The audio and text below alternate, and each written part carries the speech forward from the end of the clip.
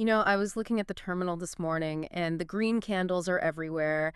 Everyone on X is screaming about the latest all-time high. The memes are flying, and the FOMO, the fear of missing out, is absolutely palpable. It feels like a party. It does. But then I looked at the stack of research you sent over last night, and I realized we're looking at a completely different movie, aren't we? We are. And that's the danger of weeks like this. When price is loud, the signal is quiet. While the market was busy watching the scoreboard and, cheering for the price action, the actual structural layer of the game, the physics of how this stuff all works, it shifted right underneath our feet. It's the classic magician's trick. Watch the hand waving the coin, miss the trapdoor opening on the floor. That's it. And that's why this week, for us, it wasn't about the price. It was about rails. It was about licenses, heavy infrastructure, and the gritty, unglamorous machinery of market design. The stuff nobody wants to talk about at the party. The stuff that actually determines if this industry survives the next 10 years or just burns out like a supernova. Welcome back to the deep dive. Today, we are stripping away that noise. We are making a conscious decision to ignore what pumped so we can focus entirely on what was built. And to do that, we're using a very specific framework today, right? We're applying the Hive 5 dispatch lens. We are. For the listener who is new to this, define the mission here. What are we trying to do? The mission of the Hive 5 dispatcher is simple. Structural over speculative. It isn't about finding the next 100x gem or, chasing a meme coin. It's about identifying the machinery that allows the market to exist in the first place. The plumbing, the wiring in the walls. Exactly. And the thesis we're exploring today is massive. I think is the most important shift of 2026 so far. Okay, lay it out for us. Crypto is fundamentally transitioning. We're moving from assets you trade to systems you plug into. Systems you plug into. That sounds great. It sounds sophisticated, but it's a little abstract. When I look at the 5 signals we have on the docket today, we've got Polymarket, ARK Invest, Ripple, Tether, and Hyperliquid. I see a lot of discordant noise. I see regulation, I see code, I see mining hardware. How does systems you plug into connect a mining rig in Iceland to a prediction market on Solana? Because in every single one of those cases, the value isn't the token itself. The value is the utility of the pipe. The value is in the infrastructure that allows a user, an institution, or a government to plug in and execute a specific reliable function. Okay. And that's what we're going to unpack. We have 5 signals that I think prove this transition is happening right now in real time, while everyone else is just watching the price. All right, let's get into the weeds then. Signal number 1. This is happening over in the Solana ecosystem. We have Jupiter, which is the massive aggregator everyone uses to swap tokens, integrating Polymarket, the prediction market giant. Right. On the surface, this just looks like a partnership press release. App A works with App B. Why is this our lead story? It feels small. Because it solves the single biggest problem in crypto adoption. Friction. Let's just think about the user experience of a prediction market up until, last week? Oh, it was a nightmare. Walk me through it. If you wanted to bet on, say, an election or a Fed rate cut, what did you actually have to do? Okay, so first I'd have to leave whatever I was doing, my main wallet interface. I'd have to go find a specific website, Polymarket. Then I'd have to bridge funds, probably over to the Polygon network, because that's where Polymarket lived. Which means gas fees in a different token. Right. Gas and Matic. And waiting for the bridge, which could take minutes or hours. Then connecting a different wallet, hoping it works. I mean, by the time I'm actually ready to make the trade, the news event I wanted to trade on is probably over. The opportunity's gone. Exactly. It was a destination problem. You had to go to the market. You had to seek it out. It was inconvenient by design. What Jupiter is doing here is a massive architectural shift. They're taking the primitive, the actual betting contract, and pulling it directly into the interface where millions of users already are. It's the difference between driving across town to a physical casino to place a bet. Right. And having the betting window just appear on your phone screen while you're sitting on the couch watching the game. Precisely. Jupiter has the eyeballs. Polymarket has the primitive. By integrating, the friction of accessing prediction markets basically vanishes. It becomes an impulse action, not a planned expedition. The friction goes to zero. It approaches zero. But there is a much deeper layer here than just convenience. We really need to talk about what they are actually distributing. You used the word betting just now. Well, yeah, it's a prediction market. I'm betting on an outcome. I bet the Fed cuts rates, you bet they hold. One of us wins money. That sounds like betting to me. And I want to push back on that word. Betting is a loaded term. It implies gambling. It implies a casino where the house always has an edge, something frivolous. If we look at this through a systems lens, we aren't seeing a betting casino being built. We are seeing a truth machine. A truth machine. Okay, that sounds a bit dramatic. You're going to have to explain that one. That sounds like marketing copy. Fair enough. But think about how the world currently agrees on facts or forecasts. It's a complete mess. Tell me about it. If I ask, is a recession starting next quarter? Half the news sites will tell you yes, half will say no. You'll have pundits on TV literally screaming over each other. It's all just opinion. It's cheap talk. It's noise designed for clicks. Right. Talk is cheap. My opinion costs me nothing. A prediction market fundamentally changes the physics of that question. It forces you to back your opinion with capital. It forces skin in the game. If you really truly believe a recession is coming, then put $1,000 on it. If you aren't willing to do that, then maybe your opinion isn't as strong as you think it is. It filters out the noise. It filters out the noise by attaching a cost to being wrong.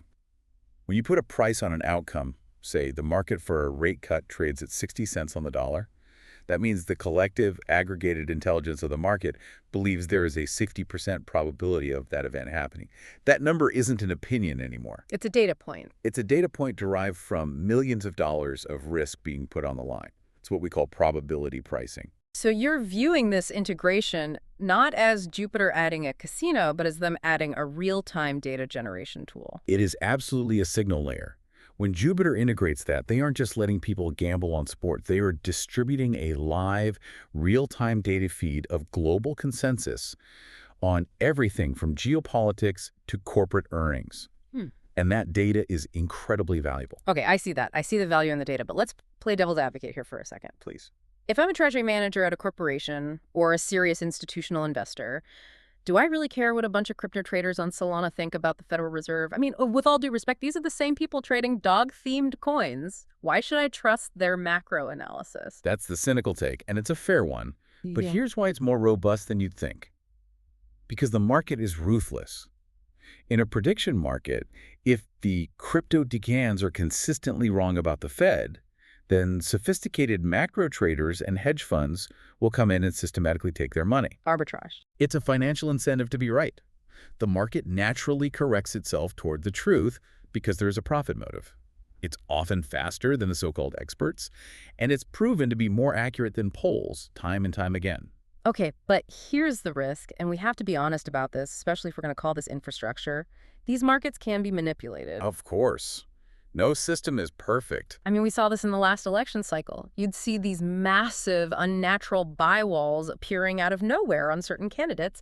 If a whale or a political action committee wants to paint a narrative that their candidate is winning, they can just buy up all the yes shares to skew the data. They could try. It creates a self-fulfilling prophecy. They can then go on TV and say, look, the market says he's winning. That's the reflexivity risk. Yeah. And that is exactly why we need to look at the mechanics, not just the headline price. A price signal is only as good as the market structure behind it.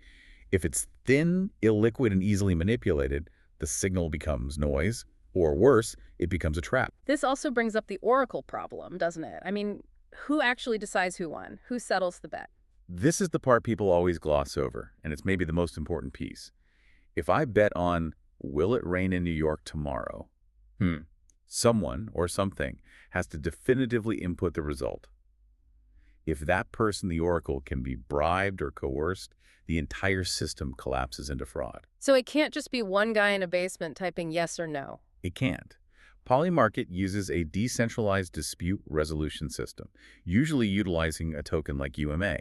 Essentially, if there is a dispute over an outcome, a network of token holders are called upon to vote on what the correct outcome was. They are financially incentivized to vote with the truth. So it's a crypto-economic game of its own, layered underneath the prediction market itself. It is, but it's not perfect. It's still a novel mechanism. And that's why when we go to place this in our framework, we have to be really clear-eyed and careful about what it is and what it isn't yet. So bringing this back to our decision framework, where do we place the Polymarket and Jupiter signal in the Hive Block Strategy? This belongs squarely in the innovation block. Innovation block? Why not flow? I mean, the volumes are huge, and this integration feels like a catalyst for flows. The volumes are big, but the classification isn't about volume. It's about the nature of the exposure and the maturity of the rail. Innovation block means this is an area for controlled exposure and learning-oriented intent. Okay. The question you should be asking isn't, will the token pump because of this news? The real structural question is, does this primitive survive? Does the oracle mechanism hold up under a billion-dollar attack? Does the market design prevent systemic manipulation? We don't have definitive answers to those questions yet. That's fair. We haven't seen a billion-dollar dispute go through the UMA Oracle yet. Exactly. And the operational rule for the listener here is simple. Track it when it helps your decision-making. Ignore it when it's just volume chasing. If you are using the probability data from Polymarket to inform a hedge in your main portfolio, oh, the market thinks the likelihood of war just went up 10%, I should probably de-risk my equities. That is smart, mature usage. You're using it as a data feed. You're using it as a signal. But if you are just aping into a yes-no market because the chart is moving vertically, you're not investing. You're gambling. And that's not what this is for. Okay, let's move to signal 2. This one comes from a totally different part of the universe. We're talking about the institutional side of the house, ARK Invest, and their recent framing of crypto exposure. Yes, this is a very subtle shift, but I think it's an incredibly powerful one for how people should be thinking. Kathy Wood and the team at ARK are starting to consistently frame their crypto exposure using traditional portfolio language. Yeah. But the key is they are shifting conversation from buying coins to diversification by function. This is something I struggle with all the time when I talk to friends who are just getting into crypto. They'll come to me and say, I'm diversified. I own 10 different coins. I own Ethereum, Solana, Avalanche, Near, and Sui. The diversification by ticker trap, it is, without a doubt, the most common and most dangerous mistake in this asset class, and honestly, it's a grave error. Explain that. Why is buying 10 different coins that are all doing well a trap? It feels safe. Because buying 10 different coins usually just creates noise, not resilience. If you buy 10 different layer 1 tokens that all do the exact same thing, which is run smart contracts, and they all have the exact same investor profile, which is risk on tech money, you aren't diversified. You've just bought the same risk 10 times over. So you've actually concentrated your risk while creating the illusion of diversity. Precisely. We call these correlation clusters. Assets that look different, they have different logos, different founders, maybe even different programming languages. They often behave exactly the same under stress if they perform the same fundamental job in the market. Right. So when liquidity drains from the system or there's big risk-off rotation in the macroeconomy, they all sell off together in lockstep. Because the market views them as the same trade. It's the smart contract beta trade. Imagine, just as an analogy, if you bought stock in Ford, GM, Toyota, Honda, and Volkswagen, and you came to me and said, I'm diversified against a recession. I would see what you mean. If people stop buying cars because they lose their jobs, the entire sector tanks. You aren't diversified, you're just massively long the auto industry. Precisely. So what ARK is arguing, and what we agree with, is that true diversification only works if it's built on function. You need to hold assets that do fundamentally different jobs within the digital economy. So how do we define function in this context? If I'm looking at my portfolio right now, how should I be categorizing things to see if I'm actually diversified? You need to start by asking the critical question. What role does this exposure play inside my structure? So let's propose a framework based on this discussion. First, you might have a settlement role. And for most, that's Bitcoin. That is usually Bitcoin. But notice the language. A lot of Bitcoin maxes call Bitcoin money. Why does ARK and why do we prefer to call it settlement? Because money implies something else. Money is a medium of exchange. I buy coffee with money. It's for high-velocity transactions. Settlement is about a guarantee of finality. The job of the Bitcoin network isn't necessarily to buy your latte. The job of Bitcoin is to ensure that when a very large transaction happens or when value is stored over a long period, it cannot be reversed, censored, or debased by a central bank or a government. So it's not a currency, it's a final court of appeals for value. It is sovereign assurance. You're right. So if you hold Bitcoin, you're not holding tech stock upside. You're holding catastrophic insurance. That's a very different job. Completely different. Now compare that to the computation role. This is where your smart contract platforms like Ethereum or Solana fit in. Their job is completely different from Bitcoin's. They are selling block space. They are effectively global, decentralized cloud computing platforms. Okay. If you hold ETH or SOL, you are making a bet on the future demand for decentralized software, for decentralized applications, for all the things we talked about with Polymarket. So if I have 50% BTC and 50% ETH, in this framework, am I diversified? Functionally, yes. You hold insurance and you hold tech utility. The reasons those two assets would go up or down are driven by different factors. But if you hold 50% ETH, 20% SOL, 20% AVX, and 10% NEAR, you are not diversified. I'm just long one bet. You are just long L1 block space. If a new technology comes along that replaces blockchains for computation, that entire bucket of your portfolio could go to zero together. This completely reframes the question. It moves it from, is this a good coin, to, is this the right tool for this role? Exactly. And not just that, but is this the right tool for this role at this risk level for my specific time horizon? That is the mature question that institutional capital asks. So in terms of the Hive Block strategy, where does this type of thinking sit? This is pure core block thinking. Core block. Without a doubt. Core block represents your long horizon strategic exposure.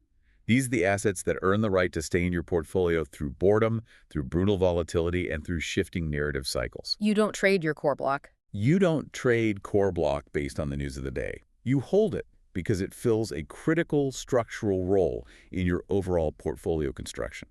And what's the rule for entry into the core block? This is important for people who are trying to build their own stack. How do you know if something qualifies? The rule is harsh, but it's necessary.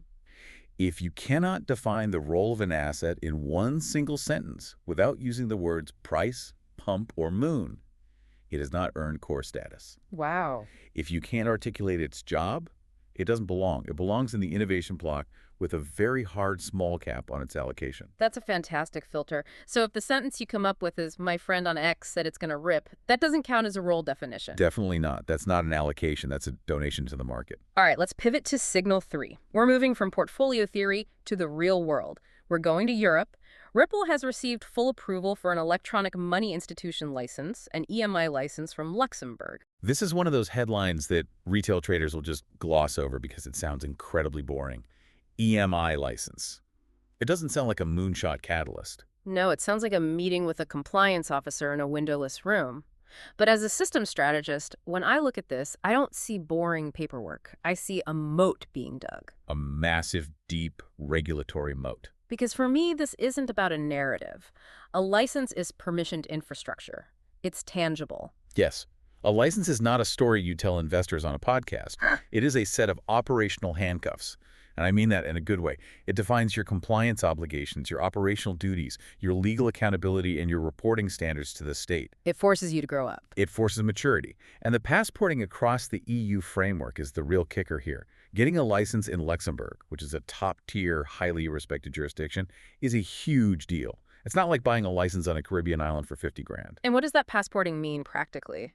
It means that with this one license, they can now operate across the entire European Economic Area. It creates a single, unified market for their payment rails, which is a massive strategic advantage. So let's frame this as the debate we outlined. Narrative versus infrastructure. Right. The narrative traders are looking at this news and they're saying, Ripple got a license, the price should go up 20% today. And when it doesn't, they get frustrated and sell. And that's the fundamental timeline disconnect. Licensing rarely creates instant explosive price upside. What it creates is strategic positioning for the next 5 to 10 years. So how should we think about this? How does an institution see this news? We have to think about how institutions actually enter this space. They don't enter by aping into a decentralized exchange with a hot wallet like MetaMask. No, that would get them fired. Immediately. Institutions, we're talking pension funds, banks, corporate payment processors, they don't enter via price appreciation logic. They enter via permissions, procurement logic, and counterparty clarity. They have a checklist. They have a massive checklist. And at the top of it are questions like, if I send $50 million through this rail, is it legal? Is it audited? Who do I sue if it goes missing? Do they have a real office? That's the auditability signal. Exactly. This license is an auditability signal, not a trading signal. It tells a big German bank, you can plug into this rail without risking your own banking license. It removes the career risk for the compliance officer and the executive who signs off on the deal. So the value here isn't in a quick price pump. The value is in not being shut out of the regulated multi-trillion-dollar traditional economy. Correct. It forces a shift toward reliability and controls. If you are a licensed EMI, you have to have business continuity plans, you have to have real governance, you have to have segregated client accounts, you have to act like a grown-up company. Okay, so for the listener trying to place this in their framework, where do we put this development? This goes into the core block. Core block again. alongside our functionally diversified assets. Yes. Regulated rails sit in the core block when they demonstrate repeatable, reliable execution. And the key word there is execution. And the action item. Because, as you said, this doesn't usually cause an immediate price spike, so you don't just buy on the news. The action is to track real deployment. Don't just trade the announcement. Watch the on-chain volumes that are flowing through these regulated pathways. Are partners actually switching on the service? Is the volume moving from their old Swift rails to this new one? That is the confirmation. So the license is the key to the door. The volume is someone actually walking through it. Perfect analogy. If they have the license but no one ever uses the rail, then it's just a very expensive bridge to nowhere. Moving on to signal 4. This one is, it makes me a little nervous, honestly. Let's talk about Tether. The elephant in the room, always. Tether is open sourcing its mining OS, or MOS. Basically, they are releasing free software to help people manage and monitor large-scale Bitcoin mining operations. This is a classic example of vertical expansion, or what business schools would call vertical integration. It's a textbook power play. Right. Tether already dominates stablecoin liquidity. They print the digital dollars that grease the wheels of the entire crypto economy. Now they're moving down the stack into the base layer infrastructure tooling for the physical network itself. Exactly. They are expanding from being a digital central bank to being the operator of the power grid, metaphorically speaking. It's a huge move. When I look at this, I see a brilliant power move that leverages utility. By open sourcing the tooling, they dramatically reduce friction for mining operators. Mining software has historically been messy, fragmented, and proprietary. It's a nightmare to manage. A total nightmare. So if everyone just adopts Tether's MOS because it's free and it works well, it creates a shared baseline. It standardizes the entire messy landscape of mining offs. It does. It reduces friction. It's convenient. It solves a real problem. But we have to debate the other side of this coin. We have to talk about standardization versus dependency. You're worried about concentration risk. I am extremely concerned about concentration risk. We have to look at the hidden second-order effect here, which is systemic concentration. This feels like the Standard Oil moment for crypto. Standard Oil. Break that down for us. John D. Rockefeller didn't just become the richest man in the world by drilling for oil. He bought the refineries. Then he bought the railroads that shipped the oil. He bought the barrel manufacturers. He controlled every single step of the process from the ground to the gas station. So Tether is doing the same thing, but digitally. They're trying to. If the entire ecosystem relies on one single issuer for its liquidity USDT and its operational tooling for mining MOS, then the dependency risk for the whole industry spikes to a terrifying level. But the pushback you'll hear is, it's open source, so it's safe. And that is a dangerously naive view. Even if the software is open source, who maintains the main repository? Who pushes the critical security updates? Who defines the standards for future development? Influence always concentrates, even in open source. So the power isn't in the code itself, but in who controls the main branch. Precisely. If a single actor controls the liquidity layer and the mining operations layer, they have enormous, almost unspoken leverage over the entire system. Let me paint the nightmare scenario I'm picturing. Fast forward 5 years. Tether MOS is now running on 60% of the Bitcoin hash rate because it's efficient and free. Tether, the company, comes under severe regulatory fire from the U.S. government. They get sanctioned by OFAC. Plausible. Could they be pressured to push a malicious update to the OS that censors certain transactions at the mining level before they even get into a block? That is the multi-billion-dollar question. And technically the answer is no. Miners could just switch to different software. But how fast could they do that? And what cost and coordination overhead? If the switching cost is high, Tether has leverage. So it's utility for the user, but it's leverage for the issuer. That's the perfect summary. It makes things more efficient for everyone today, but it potentially makes the entire system more fragile in terms of single points of failure tomorrow. This feels like a really tricky one to place in the Hive Block strategy. It's not clean. It is not. It sits across two blocks. It sits across the core block and the seed block. Okay, walk us through that split. Why both? It's core block because infrastructure builders compound value quietly. Tether is building real tools that thousands of people will use because they solve a problem. There's undeniable value creation. But it absolutely requires a seed block lens because of the profound dependency risk it introduces. Remind our listeners what the seed block represents in our framework. The seed block is where we deal with survivability. It's where we hold our break glass in case of emergency assets, but more importantly, it's where we analyze the catastrophic black swan risks to the system. It's the bunker. So the question we need to ask here is a pretty fundamental one. The seed block question is always this. If this actor disappeared tomorrow, what breaks in the system and what breaks in my personal setup?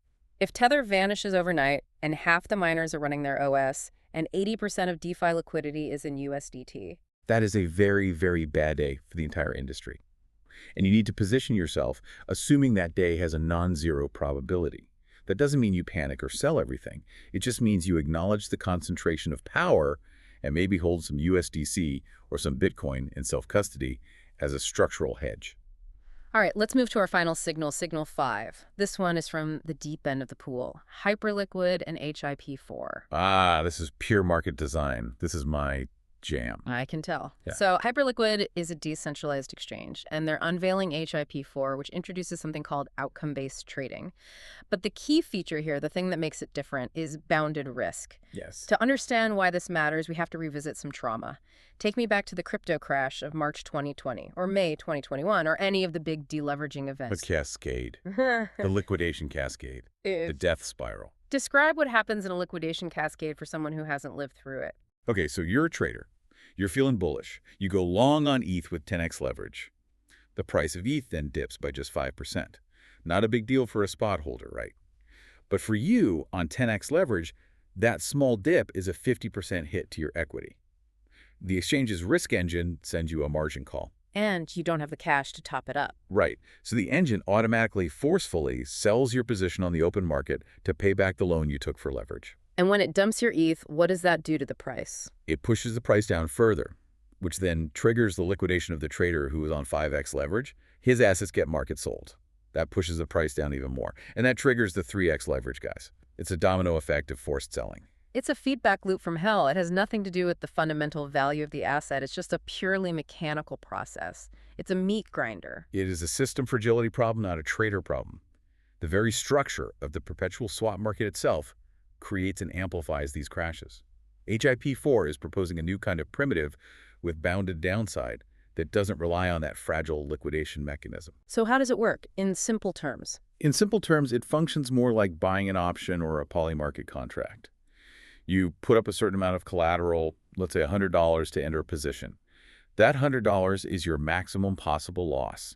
You cannot get liquidated in the traditional sense because your risk is defined and fully collateralized up front. So if the price wicks down to zero for 1 second in a flash crash and then immediately bounces back, you aren't wiped out. You're not wiped out. You're still in the trade. Your position is secure because your map's loss was already accounted for. It removes the chain reaction component. So it effectively moves derivatives trading from casino mechanics, where the house just liquidates you to protect itself, to a more stable, predictable risk transfer system. Correct. It creates a much cleaner, more robust way to express a view on the market. And notice the immediate connection back to our very first signal today, back to Polymarket. Yeah, I see that immediately. Prediction markets need clean, predictable settlement. If you're betting on an election, you don't want some random liquidation cascade to wipe you out a week before the votes are even counted just because volatility spiked. Exactly. The primitives for prediction markets and the primitives for bounded risk derivatives are converging. They're becoming the same thing under the hood. If this new mechanism from Hyperliquid works and proves to be robust, it sets a pattern that every other venue in crypto will be forced to copy. So where does this sit in our framework? This is a textbook innovation block candidate. Why? It sounds pretty revolutionary. It is, but it's new. The code is fresh. Mm-hmm. We don't know if there are hidden bugs or exploits. The exposure should be small. The rules for engagement should be strict. Your success here is measured by validation and learning, not by your P&L. We have to judge the rule book and see it perform under stress before we can judge the yield it produces. Okay, that makes sense. We've covered the 5 signals. We've got Polymarket's distribution, ARK's functional diversification, Ripple's regulatory rails, Tether's infrastructure leverage, and Hyperliquid's bounded risk design. A lot of different pieces. Now let's connect the dots. This is the hidden structure. These aren't 5 random news stories happening in a vacuum. What's the single pattern that links all of them? The pattern is a coordinated organic maturation of the stack. Look at the sequence and what each piece is doing. Okay, lay it out. 1. Distribution layers are absorbing complex primitives to make them accessible. That's Jupiter and Polymarket. 2. The institutional framing for how to own these things is moving to role-based allocation. That's ARK. Right. 3. Regulatory embedment is building legitimate payment rails into the old world. That's Ripple. 4. The dominant liquidity provider is expanding its power into base layer operational infrastructure. That's Tether. And 5, the market's risk tooling, the derivatives, are reacting to past failures and fragility by building bounded, safer designs. That's hyperliquid. It's like watching a city being built in fast forward. First, you just had the Wild West tents and mud and chaos. Now you're seeing the zoning laws get written, the sewage systems being laid, the power grid getting turned on, and the insurance companies setting up shop. That is the perfect analogy. This is how crypto becomes usable. It's the slow, painful, unglamorous transition from a speculative toy into a functional global financial system. And what's the big takeaway for the listener from that pattern? The opportunity is not in guessing the next pump. The real, lasting opportunity is in building a structure that is robust enough to survive the transition, so you can benefit from the system eventually becoming normal. The alpha isn't in speculation. The alpha is in survival. I love that. Surviving the transition. Now let's make this as actionable as possible for everyone listening. We promised a practical decision framework. We've been dropping the Hive Block Strategy terms throughout, but let's do a quick recap and then look at the Hive Risk Ladder. Okay, let's do a quick, clean recap of the placement first. In the innovation block, we put Polymarket and Hyperliquid. Why? Because they are new, unproven primitives that need to be tested and learned from, not bet on heavily. Got it. In the core block, we placed ARK's thinking on role definition, Ripple's work on regulated rails, and Tether's build-out of infrastructure.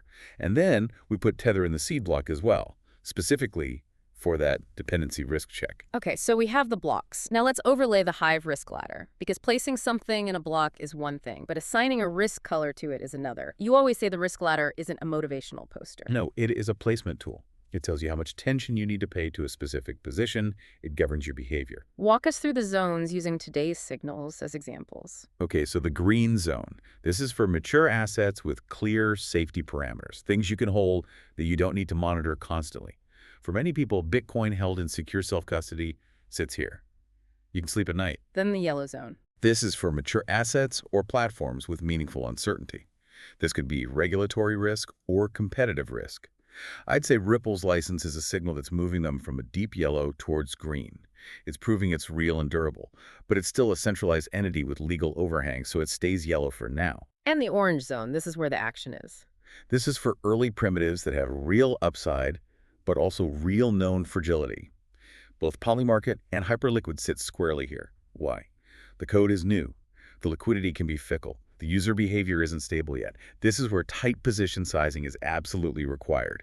If you have 50% of your portfolio in the orange zone, you are not an investor, you are a ticking time bomb. And finally, the red zone. Simple. Things you cannot explain or cannot exit. If you don't know who the counterparty is, or if there's no real liquidity to get out, it's in the red zone. You should avoid it entirely or treat any capital deployed there as a 100% loss from day one. So to summarize, Ripple is drifting from yellow to green. Polymarket and Hyperliquid are firmly orange. Correct. And remember, the risk ladder isn't just about the asset itself. It's about your interaction with it. If you have a green zone asset like Bitcoin, but you keep it on a dodgy, unregulated exchange with no 2FA, you have personally turned it into a red zone position. That is such a crucial point. Your custody choices change the color of the risk. Always. Okay, finally, let's talk about the Hive Flow Route. This describes how capital moves. We have these different buckets of capital core, flow, innovation, yield. How do they interact with these signals? The most important rule is simple. Do not mix your routes. Break that down for me. What does that mean in practice? Core capital does not move on news headlines. You do not sell your core Bitcoin position because you saw that Jupiter integrated Polymarket. Core capital only moves when the fundamental role clarity improves or the rails prove their durability over years. So Ripple getting a license might be a consideration for deploying core capital because it changes the long-term durability of that rail. Exactly. It changes the structural thesis, not the daily narrative. What about flow capital? Flow capital is for tactical opportunities. It moves on things like distribution changes. The Jupiter and Polymarket integration, that's a classic flow signal. There is a potential short-term liquidity and attention opportunity there. You might trade it, but then you exit. You don't marry the trade. Okay. And innovation capital. Innovation capital is your tuition money. It deploys into new primitives with strict small caps. You might put 1% of your portfolio into trying Hyperliquid's new market design, not to get rich, but to learn how it works. You are paying to learn about the future. And yield capital. Yield capital follows mechanism clarity, not headlines. You don't just chase the highest APY number. You chase the most resilient, understandable, and battle-tested mechanism that generates that yield. So the big warning here is about crossing the streams, so to speak. Absolutely. If you find yourself moving your core capital based on innovation news like selling your long-term Bitcoin hold to chase a hot new prediction market token, you have mixed your routes. That is where hidden risk lives. That is how portfolios get destroyed. Keep the buckets separate. Respect the rules of each lane. Discipline is the only edge that actually lasts in this market. We've covered a lot of ground today. Let's bring it all home with a final, crisp summary.